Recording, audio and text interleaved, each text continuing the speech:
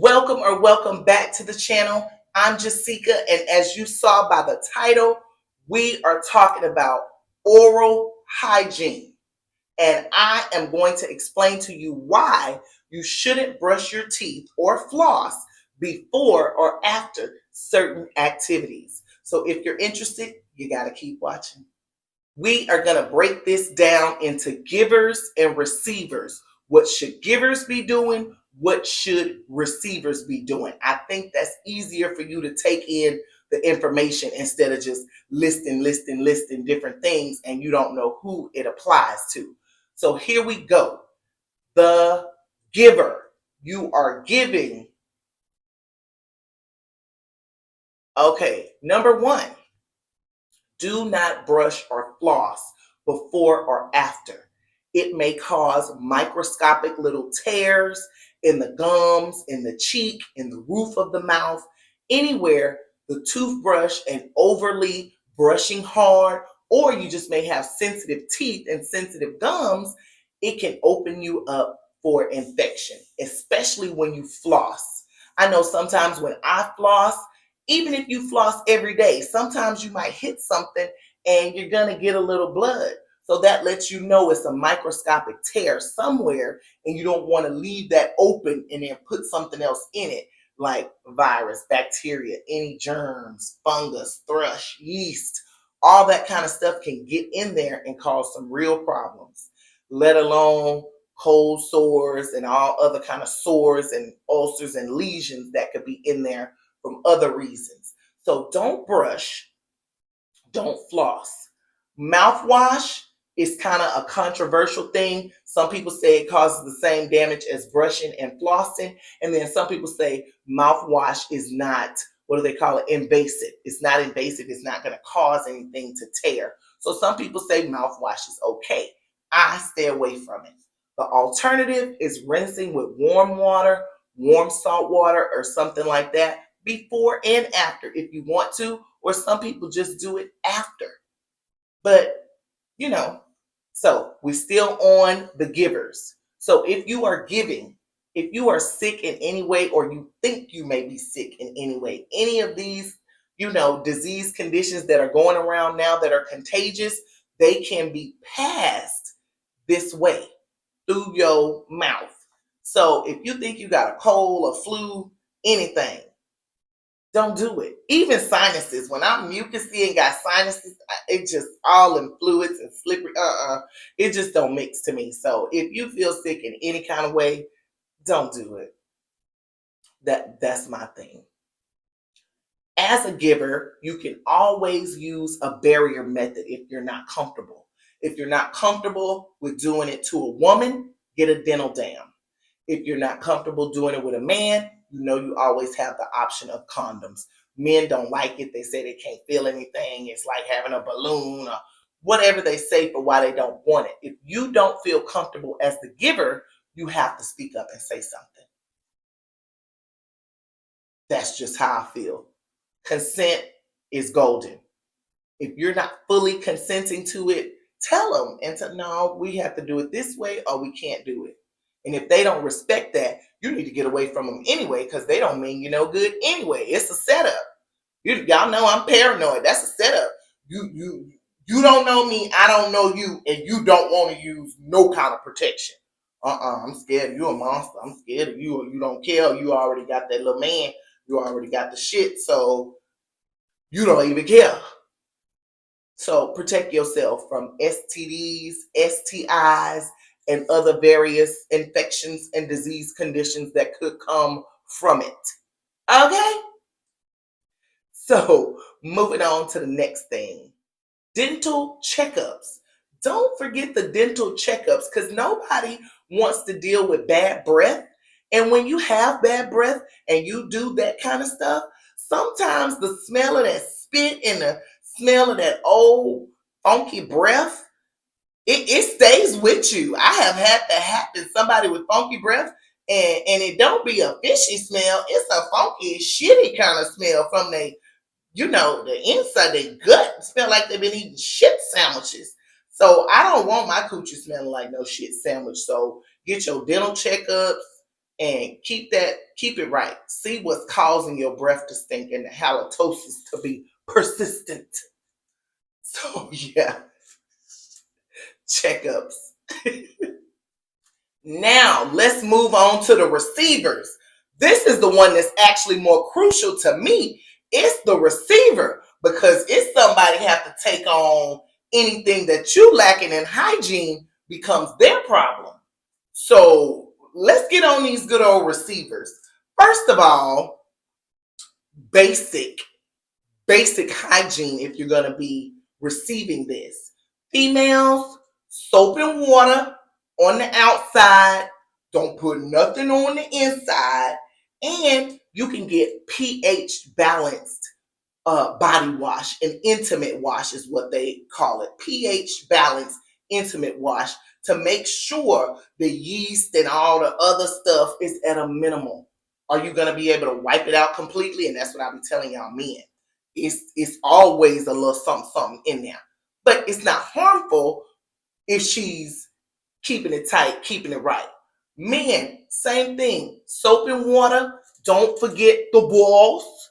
Don't leave them down there, because up under there, it could be lint, it could be crust, dust, all kind of shit under there. So you got to soak them boys up and get them nice and smelling good and smelling right. Maybe, spray the cologne or the perfume in the air. Do not spray it directly where this person is going to be. Don't spray it, because then now you taste like damn cologne and perfume, and we don't want to do it long because my mouth is burning, because what is this strange taste on my tongue that is medical and chemical, and I don't want that. So don't spray it directly on your package or on your cootie. Spray it in the air and walk through it, or either what I do is the inside of my thighs. He can smell it, but he ain't tasting it. That's my thing. I don't think he wants to taste it. So yeah, soap it up, clean it up, pH balance. You got your checkup, get your checkups. And yeah, you good to go. And make sure it's dry.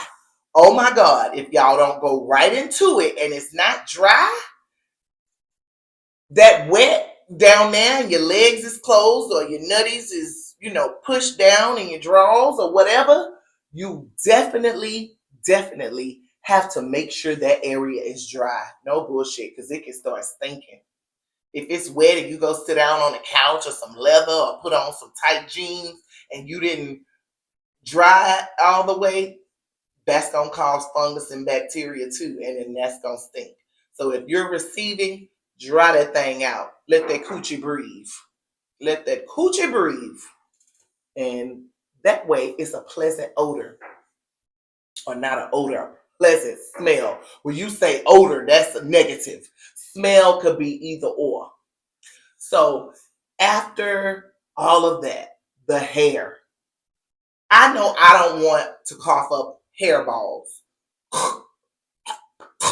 I don't want to cough up no hairballs. I don't want hair in between my teeth or none of that. So I would say keep it trimmed down to a long piece of rice. So if the hair is like a long piece of rice, cool, catch it before it curves, because them the ones that cause the hairballs, them curly hairs. Ooh, I know y'all probably grossed out, but that's what us women deal with. So yeah, shaving your balls, it ain't that much hair down there to me, so I'm okay. But around it, that hair needs to be about a long grain of rice. And I'm sticking to it, and I'm standing on business. You don't have to shave it bald, but nothing longer than a little grain of rice. And they'll even tell you that when you're going to get waxed. When you go to get waxed, you can't go in there with no bush. You go in there with about a grain of rice, and then they do the strips. So that's what I stick to. So if you was wondering how did I get that, that's where I got it from. Drink lots of water before. Of course, you're going to at some point drink water after, but make sure you're drinking water before, you're peeing before, and you're peeing after. You don't need no UTIs or no kind of bladder infection. Because what if he do have gingivitis and thrust? At least you get a chance to get it out and push it out with the water and filter out your system. Whew.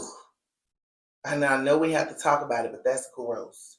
So make sure you're drinking water.